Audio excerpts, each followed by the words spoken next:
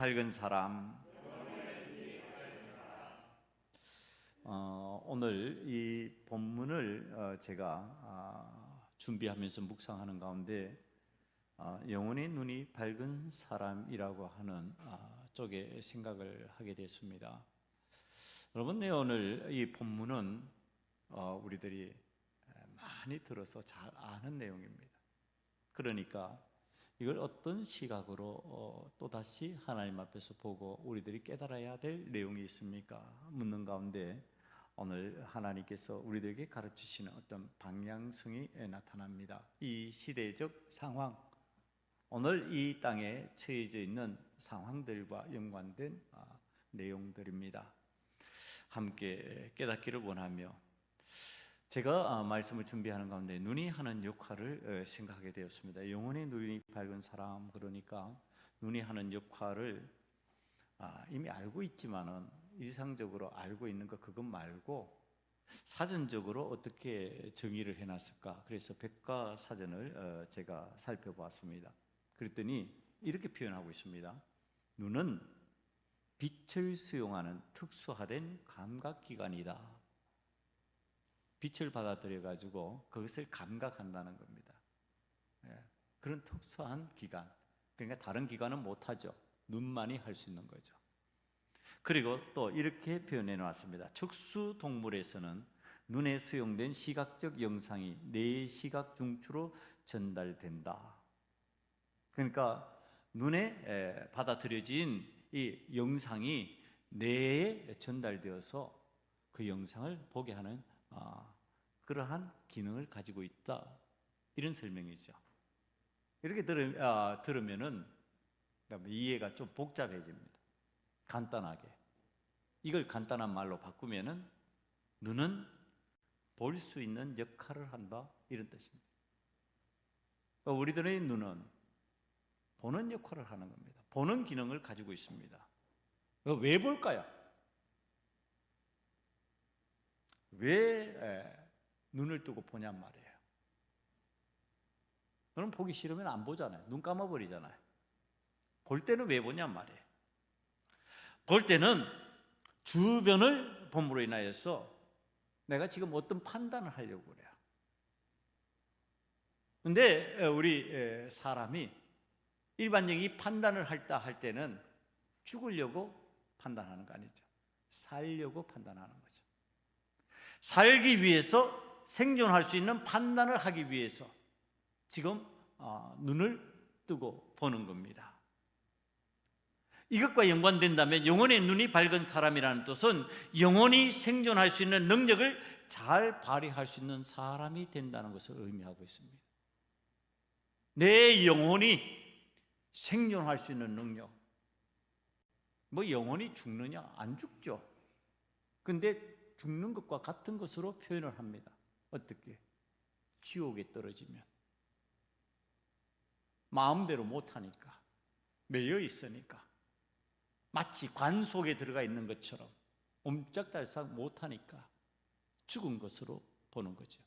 그럼 살아있는, 생존할 수 있는 그러한 능력을 발휘할 수 있는 사람, 생존의 능력을 발휘할 수 있는 사람, 그런 사람이 된다는 것을 생각하다가 제가 생존과 관련된 눈, 그러면 이 생존과 관련된 것이 무엇일까 자료를 찾다가 제가 해삼이 생존하는 방법을 보게 되었습니다. 해삼이라 그러니까 그 별 볼 일 없어 보이잖아요. 밖으로 달린 눈도 없고 손발도 없고 별 기능이 없는 해삼 같죠.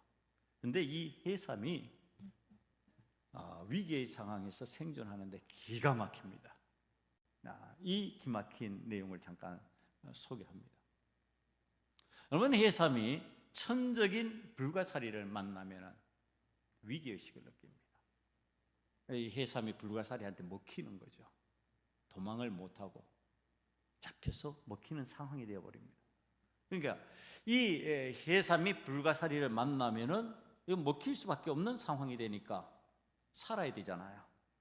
살기 위해서 하는 방법이에요. 그게 아주 특이한 방법입니다. 해삼이 자기의 속에 있는 내장을 다 쏟아내 버립니다. 그러니까 껍데기만 남는 거예요. 그럼 우리는 생각하잖아요. 내장이 다 쏟아져 나오면 죽지 않느냐? 안 죽어요. 이 해삼의 기능이 그것입니다. 속에 있는 내장을 이 불가사리의 먹이로 다 내줘 버리는 거예요. 그리고 껍데기만 남아가지고 그 자리를 피하는 겁니다. 도망간 이 해삼은요, 한 살여 동안이 지나면은 내장이 모두 다시 채워진다고 그럽니다. 그리고 전혀 지장 없이 전과 동일하게 살아갈 수 있다고 그럽니다. 생명이 아주 강한 그런 생물이죠. 지금 마치 내장을 모두 쏟아내는 그 기능, 죽어버리는 것과 같은 기능을 발휘하면서 생존의 기술을 발휘하는 겁니다. 내장을 쏟아낼 때는 이제 죽었다 생각을 할 거예요. 불가사리도 이제 끝났구나 생각을 했을 겁니다. 그런데 죽지 않는 거예요. 사는 거예요. 이 내장을 쏟아낸다는 것이 아무리 해삼이라 해도 이게 쉬운 일일 것이냐? 그건 아니겠죠. 새로 만들어지는 것이 쉬운 일이겠냐? 그건 아니겠죠. 지금 내장을 모두 쏟아내고 새로운 삶으로 연결되는 이 결단을 해삼이 생존을 위해서 선택을 하는 겁니다. 늘상 그러는 거 아니에요. 조그마한 위험에 그러는 거 아니에요. 이 천적을 만나서 목숨이 위태로워지면 쓰는 방법이에요. 여기에서 우리는 생존을 위한 결단, 해삼의 생존 기술을 발견하게 됩니다. 생존 기술이에요. 여러분, 이 생존 기술이라고 하는 말은 생소한 단어는 아닙니다. 우리들이 가끔 듣기는 듣습니다. 그러나 익숙한 단어도 아닙니다. 왜 그러냐 하면은 이 단어는요, 일반인들이 잘 사용하지 않는, 일반적인 일에서는 잘 사용하지 않는 단어이기 때문에 그렇습니다. 사람을 살아가면서 뭐 생존 기술을 잘 익혀야 된다, 뭐 이런 방식으로 말하고 표현하지 않는 겁니다. 언제 사용하느냐? 특수한 상황에서, 특수한 경우에 사람들로 고도의 기술과 능력을 필요로 하는 특수한 상황에 처하기 쉬운 사람들이 사용하는 용어가 이 생존 기술입니다. 그래서 언제 주로 사용하느냐 하면 전문 산악 등산인들이 사용합니다. 일반인들이 산을 오르면서 알지 못하는 기술을 그들이 가지고 있어야 됩니다. 로프를 타는 기술, 그 다음에 위기 상황에 대처하는 기술, 그들이 갖고 있어야 그 높은 산을 정복하면서 등산을 할 수 있는 겁니다. 또 불을 끄기 위한 소방관들입니다. 불 속으로 들어가야 될 상황이 있고 불을 다스려야 되는 그러한 기술을 발휘해야 되는데 그것이 생존 기술입니다. 일반인들은 그 불에 대해서 그렇게 반응할 수도 없고 그런 일을 할 수도 없습니다. 그건 기술이기 때문에 그렇습니다. 생존 기술이기 때문에. 산악 구조대가 그렇습니다. 산악에서 위기에 처해진 사람을 갖다가 건져내는데 일반인들이 하는 방식으로 구조할 수 있다. 아니, 같이 위험해집니다. 안 됩니다.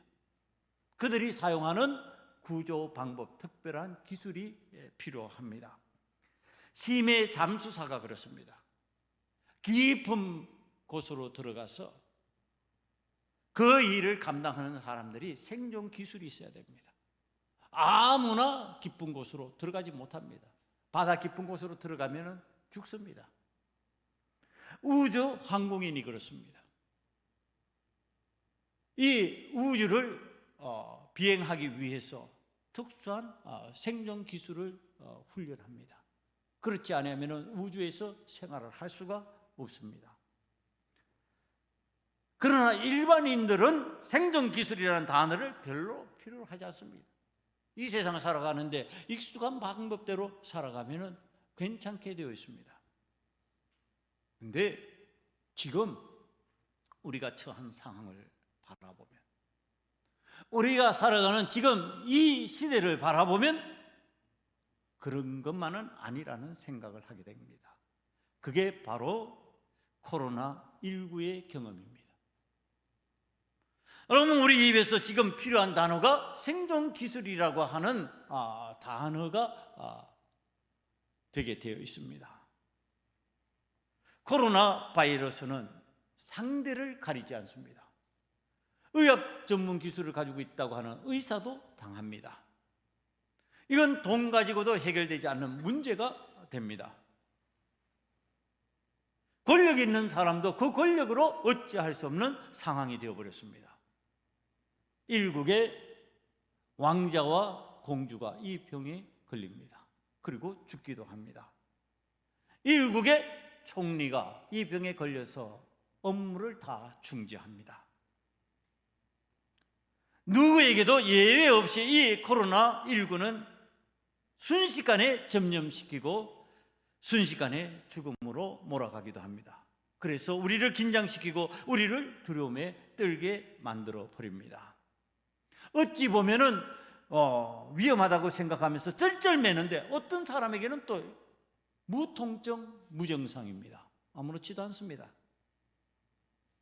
이래서 긴장해야 될 것 같은데 또 한쪽을 보면 긴장을 하지 않아도 되는 아주 묘한 그러한 현상을 일으킵니다. 순식간에 변종이 되고 순식간에 우리들을 거기에 대처할 수 없게 만들어버리는 다양성을 가지고 있습니다.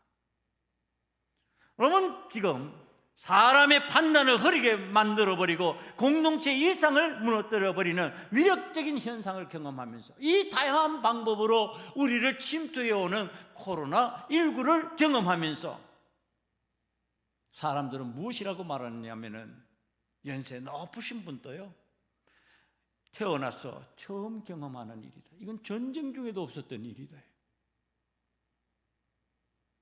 난생 처음 경험한 특이한 환경이다. 이렇게 말합니다. 이 경험해보지 못한 상황, 이 경험해보지 못한 일들을 우리들이 맞이하면서 그냥 옛날에 살던 방식대로 살면 되냐? 안 된다는 얘기를 하는 겁니다.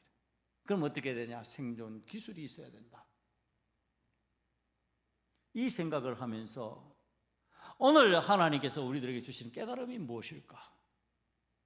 과연 육적으로 코로나19라고 하는 것을 경험하면서 우리들이 이 세상을 살아갈 때 전혀 경험하지 못한 방식, 익숙하지 않았던 방식, 당황스럽고 혼란스러운 이 방식을 받아들이면서 생존 기술을 가져야 된다고 생각하는데 우리의 영혼은 괜찮나요? 우리의 신앙은 괜찮나요? 옛날에 신앙하던 신앙 방식으로 그냥 신앙생활하면 될까? 일상이 여전하다고 괜찮다고 말해도 괜찮을까? 지금 육적으로 코로나19가 우리를 이렇게 당황스럽게 만들고 공동체를 혼란스럽게 만들어 버리는데 과연 우리의 영혼의 코로나19는 우리를 일상생활하는데 그대로 가게 만들어주고 있을까? 전과 같이 신앙생활에도 전혀 지장이 없을까? 전과 같이 믿는다고 말하고 행동하고 하면서 움직이는 그 모든 일들이 괜찮은 일들일까? 돌아보게 만드는 겁니다. 우리의 영혼의 생존 기술은 과연 필요 없을까? 지금 이걸 오늘 하나님께서 저희들에게 말씀해 주시려고 하는 겁니다. 신앙의 생존 기술 속에 있는 것이 무엇일까? 이제 목회자가, 이 목사가 지금 말씀을 준비하면서 생각하는 거죠.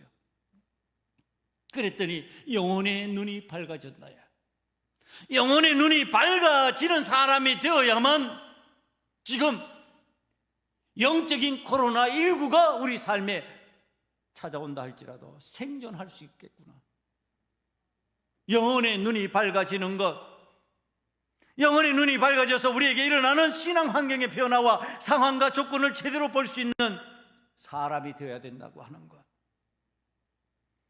여러분, 이 사실을 발견하면서 오늘 말씀을 찾아 들어갔습니다.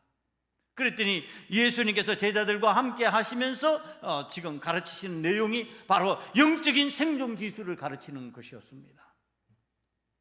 영적인 생존 기술. 여러분, 이 생존 기술이라고 하는 단어가 생소하지는 않지만 익숙하지 않은 단어라고 그랬어요. 영적인 생존 기술이라고 하는 이 단어가 아마도 제자들에게도 익숙하지 않았을 겁니다. 뭐 듣기는 들어본 것 같아요. 인자가 이방인들에게 넘겨져 희롱을 당하고 능욕을 당하고 침뱉음을 당하겠으며 그들은 채찍질하고 그를 죽일 것이다. 그러나 그는 3일 만에 살아날 것이다. 32절에서 33절에 말씀하시는 내용이에요. 이 말씀을 전혀 안 들어본 건 아니에요. 전혀 전에 선지서에서 들어본 것 같아요. 그런데 익숙하지 않아요. 이 일상에서 늘 쓰던 내용, 들어본 말들이 아니에요. 그런데 지금 주님께서 말씀하고 계세요. 예루살렘으로 올라가는 지금 그 상황에서 예수님과 함께 올라가는 영광의 예루살렘인데 제자들은 그렇게 이해하고 있는 거죠. 아니, 예루살렘으로 올라가는 건 영광인데 이제 우리가 이 갈릴리 변두리에서 이 변방에서 지금 수도로 진격해 들어가는 그러한 역사적인 상황인데 이게 뭐? 이게 지금 고난, 죽음, 능력, 수욕, 아니 이런 단어하고 어울리냐 말이에요. 아니, 이거는 익숙하지 않은 이해예요. 예수님의 제자들이 지금 코로나19와 같은 상황을 맞이하고 있는 거예요. 지금 난생 처음 경험해보는 일이에요. 그들의 생애에 이런 일들을 경험해 볼 수가 없었어요. 그들은 일상에서 고기잡이였고, 그는 일상에서 세리였고, 그는 일상에서 그냥 일반인들과 어울려서 살던 사람이었어요. 무슨 생존의 기술이 필요한 삶을 살았냔 말이에요. 그런데 예수님이 지금 생존의 기술이 필요한 내용을 얘기하고 있어요. 고난당할 것이야, 죽을 것이야, 수욕당할 것이야, 능욕당할 것이야. 그러니까 생존 기술을 익혀야 돼.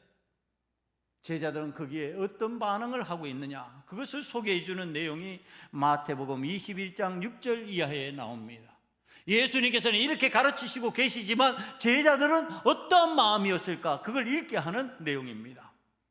제자들이 가서 예수께서 명령하신 대로 하여 나귀와 나귀 새끼를 끌고 와서 자기들의 겉옷을 그 위에 얹으매 예수께서 그 위에 타시니 무리의 대다수는 그들의 겉옷을 길에 펴고 다른 이들이 나뭇가지를 베어 길에 펴고 앞에서 가고 뒤에서 따르는 무리가 소리 높여 이르되 호산나 다윗의 자손이여 찬송하리로다. 주의 이름으로 오시는 이여 가장 높은 곳에서 호산나 하더라. 예수께서 예루살렘에 들어가시니 온 성이 소동하여 이르되 이는 누구냐 하거늘 무리가 이르되 갈릴리 나사렛에서 나온 선지자 예수라 하니라. 여러분, 이 장면을 제게 주셨어요.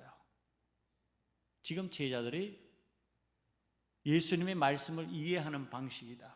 그러니까 예수님의 말씀이 안 들어올 것이다. 예수님이 가르쳐 주시는 생존 기술에 관해서 그들은 받아들일 수가 없을 것이다. 왜 예수님은 예루살렘에 입성하시면서 영광의 예수님이니까, 승리의 예수님이니까, 그들의 눈에 볼 때는 백마탄 왕으로 보이니까, 자기들의 욕구와 만족을 채워줄 수 있는 왕으로 보이니까 이제는 나는 우정성, 좌정성이 되는 그때만 남았다고 생각하는 상황으로 보였을 것이니까. 그걸 어떻게 이해할 수 있을까? 이 마태복음 21장 6절 이하에 보면은요, 나귀 새끼를 끌고 와서 예수님의 제자들이 자기의 겉옷을 그 위에 펼칩니다. 헌신이에요. 예수님을 존귀하게 대하는 겁니다. 그런데 나귀 새끼를 타시는 예수님을 이해를 못하는 거예요.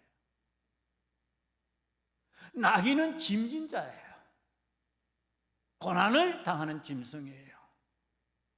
지금 고난의 예수님을 그렇게 표현하고 있는 거예요. 그런데 그들은 그들의 옷을 펼쳐서 헌신하고 섬기는 모습이긴 모습이에요. 그런데 어떤 모습이 되기를 원하고 있는 거예요? 백마탄 왕의 모습이에요. 우리는 지금 여건이 안 돼서, 환경이 안 돼서 그렇게 못할 뿐이라고 생각을 하고 있는 거예요. 아마 백마가 주어졌으면 백마를 예수님을 태우고 싶었을 거예요. 그들이 할 수 없었기 때문에 못할 뿐이에요. 그들이 지금 할 수 있는 상황의 최선은 뭐냐? 자기의 옷을 벗어서 경의를 표하는 거죠. 왕께 표하는 경의예요. 왕이신 예수님을 그렇게 지금 맞이하고 싶은 거예요. 그런데 제가 이 장면을 묵상하면서 느끼는 거예요. 뭘로 느껴지고 깨달아지냐면, 아니 이거 지금 예수님의 제자들이 바람잡이를 하고 있잖아. 예수님의 제자들이 지금 사람들의 바람잡이 역할을 하고 있는 거예요. 예수님은 고난의 주라고 말씀하세요. 십자가를 지기 위해서 예루살렘으로 올라간다고 말씀하고 계세요. 그런데 제자들은 그렇게 알려주고 싶지 않은 거예요. 백마탄 왕이에요. 나의 필요를 충분히 채워줄 수 있는 왕이에요. 우리의 욕구, 이스라엘 일반 대중들이 요구하던 로마를 꺾을 왕으로 보이게 만드는 역할을 지금 누가 하고 있느냐? 제자들이 하고 있는 거예요. 고난의 주님으로 나타나기를 그렇게 보이지 않기를 원하고 있는 거예요. 그래서 옷을 펼치고 바람을 잡았어요. 그랬더니 무리의 대다수가 그들의 겉옷을 길에 펴기 시작하는 거예요. 그리고 그들이 옷을 펼칠 수 없는 사람은 나뭇가지를 베어서 바닥에 깔기 시작했어요. 마치 승리의 왕이 자기의 성으로 입성할 때 그 앞에 깔려지는 양탄자와 같은 승리의 표시였어요. 가장 높은 곳에서 호산나, 최상의 존칭으로, 최상의 칭찬으로 예수님을 또 받들고 있어요. 여러분, 여기에 무슨 죽음이 있고 무슨 생존 기술이 필요해요? 영광만 남았는데, 승리만 남았는데, 입성해서 왕이신 예수님과 더불어서 누릴 수 있는 부귀 영화만 남아있는데 거기에 무슨 생존 기술이 필요하냔 말이에요. 필요 없잖아요. 그런데 예수님은 지금 생존 기술을 얘기하고 있어요. 예수님은 희롱을 얘기하고 능력을 얘기하고 침뱉음과 채찍질과 죽음을 말씀하고 계시는 거예요. 지금 제자들이 바라보는 관점과 예수님이 바라보는 관점이 전혀 다르고 전혀 상반되어 있다고 하는 사실을 우리가 찾을 수 있어야 된다고 하는 사실. 자, 이게 왜 오늘 우리 신앙의 문제가 될까? 오늘 우리가 우리의 삶에서 지금 예수님과 함께 영광을 이야기하고 승리만을 이야기하고 있다면 제자들에게 생존 기술이 필요 없듯이 우리들에게도 생존 기술이 필요 없게 될 것이다라는 겁니다. 우리도 여전히 예수님과 더불어 모든 것이 좋아질 것이라고만 말하고 있다 그러면은 고난당하신 예수님, 수욕당하신 예수님, 침뱉음 당하고 채찍질 당하고 죽음을 말씀하신 예수님의 그 삶 가운데 가르치신 생존 기술이 아무 의미가 없다는 얘기를 하는 겁니다. 오늘 만약에 예수님이 가르치신 생존 기술을 익히지 못하고 있다면 영광만을 누리고 승리만을 원하는 그리스도인으로 살아가기를 원한다 그러면은 이 제자들과 같은 양상을 보였을 것이다. 제자들이 어떻게 했는데 알고 있잖아요. 십자가 사건이 일어나니까 예수님께서 그때 생존하기 위해서 이런 것들을 너희들이 알아라, 너희들이 이것을 위해서 기도해라, 너희들이 이것을 위해서 준비하라 가르쳐 주셨는데도 영광만 바라보고 승리만 바라보다가 다 놓쳐버렸어요. 그리고 십자가 사건이 막상 일어나니까 어떤 일이 일어났어요? 다 도망갔죠. 모른다고, 예수님을 모른다고 부인해버렸죠. 오늘 우리가 우리의 삶에서 예수 그리스도께서 가르쳐 주시려고 하는 생존 기술을 배우려고 하는 그러한 안타까움, 그러한 마음에 간절함이 없다면 제자들과 함께 영광을 누리기를 원하고 승리를 원하는 마음으로 가득 차 있다면 우리는 제자같이 될 것이다. 그 제자들이 어떻게 했는데? 예수님 다 버렸다. 십자가 지신 예수님 모른다고 했다. 나하고 상관없다고 손은 들었다. 오늘 우리가 예수님께서 말씀하시는 생존 기술에 대하여 갈망하고 우리가 어떻게 하면 내 영혼이 살 수 있을까 열망하고 그 방법을 배우려 할 때 우린 비로소 그리스도의 참제자가 될 수 있다. 십자가 사건에 도망 안 간다는 얘기를 하는 겁니다. 생존 기술을 가지고 있기 때문에 십자가 사건 앞에서도 죽음 앞에서도 두려워하지 않는다는 겁니다. 여러분, 그 생존 기술이 뭘까요? 우리 예수님께서 지금 가르쳐 주시는 거, 내가 죽으니 너희들도 죽을 것이다, 너희들이 고난당하고 끝날 것이다, 지금 그렇게 말씀하시냔 말이에요. 아니다, 죽는데 살 수 있다, 생존의 기술이에요. 죽는데 부활한다, 생존의 기술이에요. 여러분, 이것이 지금 예수님께서 우리들에게 가르쳐 주시는 말씀이에요. 요한복음 11장 25절 26절에서 이렇게 말씀하십니다. 예수께서 이르시되 나는 부활이요 생명이니 나를 믿는 자는 죽어도 살겠고 무릇 살아서 나를 믿는 자는 영원히 죽지 아니하리니 이것을 내가 믿느냐. 여러분, 생존 기술이에요. 안 죽는다니까요. 산다니까요. 그런데 그 산다는 것이 생존 기술을 익혀야 되는데 그 생존 기술이 지금 무엇이라고 우리 주님께서 가르치시냔 말이에요. 부활의 주를 믿느냐예요. 부활하신 주님을, 부활하신 나를 믿느냐, 부활할 그리스도를 믿느냐, 부활할 그리스도를 믿는 믿음이 생존 기술이다. 지금 그렇게 얘기를 하고 있는 겁니다. 그래서 예수님께서 부활이요 생명이니 나를 믿는 자는 죽지 않는다, 살 것이다. 지금 그 얘기를 하시는 거예요. 지금 믿음의 눈이 밝아져서, 영혼의 눈이 밝아져서 이 사건을 볼 수 있어야 돼요. 예수께서 부활이요 생명이시고 그 예수님을, 그 부활의 예수님을 믿음으로 말미암아 죽지 않고 살게 될 것이라는 것을 깨닫게 되는 것. 영혼의 눈이 밝아져서 그것을 알면은 실패 안 한다는 거예요. 제자들이 하는 그 실패 안 한다는 거예요. 왜 오늘 우리들이 신앙생활을 하면서 제자들이 하는 그 실패를 반복하고 있을까? 예수님이 가르쳐 주신 생존 기술을 배우기를 원치 않기 때문에 그래요. 부활의 주님, 그 주님을 믿어야 생존할 수 있다고 말씀하시는데 부활의 주님이 내 삶에 온데간데 없어요. 언제나 예수님은 나에게 좋은 것을 주시는 분, 예수님은 언제나 나에게 영광만 주시는 분, 승리만 주시는 분으로 이해하는 거예요. 주님과 함께 십자가 위에서 고난당하기를 각오하고, 주님과 함께 나도 수욕당하기를 각오하고, 나도 주님과 함께 주님의 침뱉음을 감당해야 된다고 생각을 해야 되는데 그 생각을 안 하고 있다는 거예요. 사랑하는 성도 여러분, 이 답답한 제자들, 이 이해하지 못하는 제자들을 향해서 예수님이 지금 하나의 사건을 더 일으키시고 있는 장면이 나옵니다. 이 답답한 제자들을 위해서 예수님은 영혼의 눈이 어두운 것을 어떻게 밝게 할 것인가에 대해서 이제 가르쳐 주시기 시작합니다. 여리고 가까운 곳에 이르렀을 때 눈 어두워 앞을 보지 못하는 장님이 길에 앉아 구걸하다가 나사렛 예수님께서 지나가신다는 소리를 듣고 외쳐 부릅니다. 다윗의 자손이여, 나를 불쌍히 여기소서. 여러분, 지금 그 장면이 38절에 나옵니다. 38절을 우리 다 함께 소리내어서 읽어봅니다.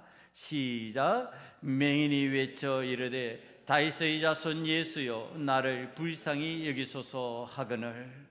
여러분, 이게 눈 어두워 보지 못하는 사람, 지금 죽어가고 있는 사람의 삶에서 나타나는 가르침입니다.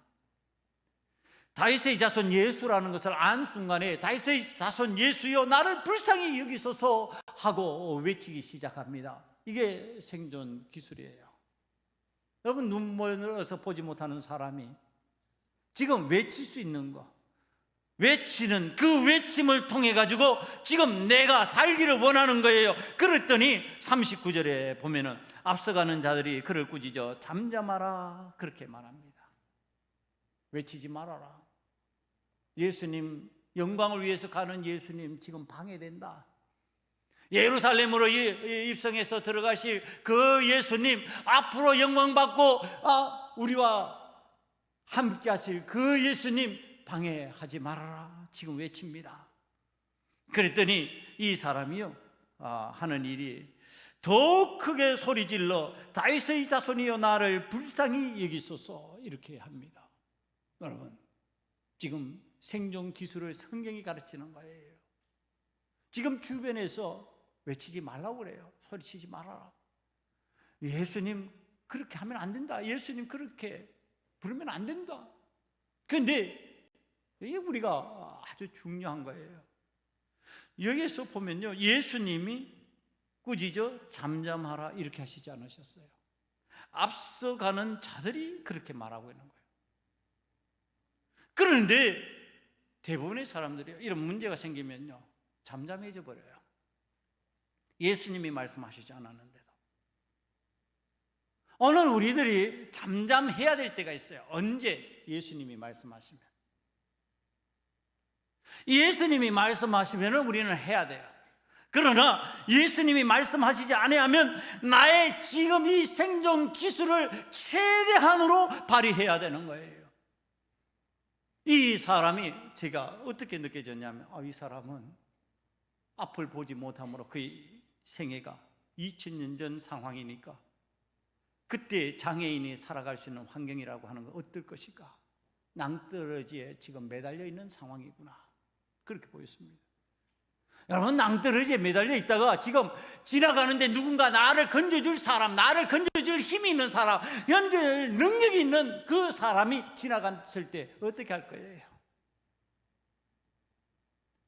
온 힘을 다해서 온 능력을 다해서 지금 소리쳐 부르지 않을 거냔 말이에요. 나 좀 살려달라고, 나는 떨어지에서 떨어져 죽게 되었다고, 나 좀 살려주셔야 되겠다고 지금 그러지 않겠냔 말이에요. 이 사람이 지금 그런 마음이죠. 그런 심정으로 지금 외치는 거죠. 그런데 낭떠러지에 매달려 있는 사람이요 해야 될 일이 몇 가지 있어요. 소리만 친다고 되는 것이 아니라 구하러 오기 전에 손을 놔버리면요 끝장나는 거예요. 구하러 올 때까지 붙들고 있어야 돼요. 구하러 올 때까지 소리를 치면서 기다리고 있어야 돼요. 낙심하면 안 돼요. 여러분, 지금 생존 기술이에요. 이게 지금 내가 그럴 힘도 있어야 되고 그럴 인내도 있어야 돼요. 오늘 우리들이 예수님이 나에게 은혜를 베푸시고 생존 기술을 가르치시면서 내가 하나님의 은혜를 받을 수 있는 사람으로 만들어 주시는데 여전히 우리가 하지 못하는 것, 인내하지 못하는 것, 내 스스로 신앙의 힘으로 버텨내겠다고 하는 결단하지 못하는 것. 그러니까 손을 내밀기 전에 포기해버리는 거예요. 손을 내밀기 전에 낙심하고 끝장나버리는 거예요.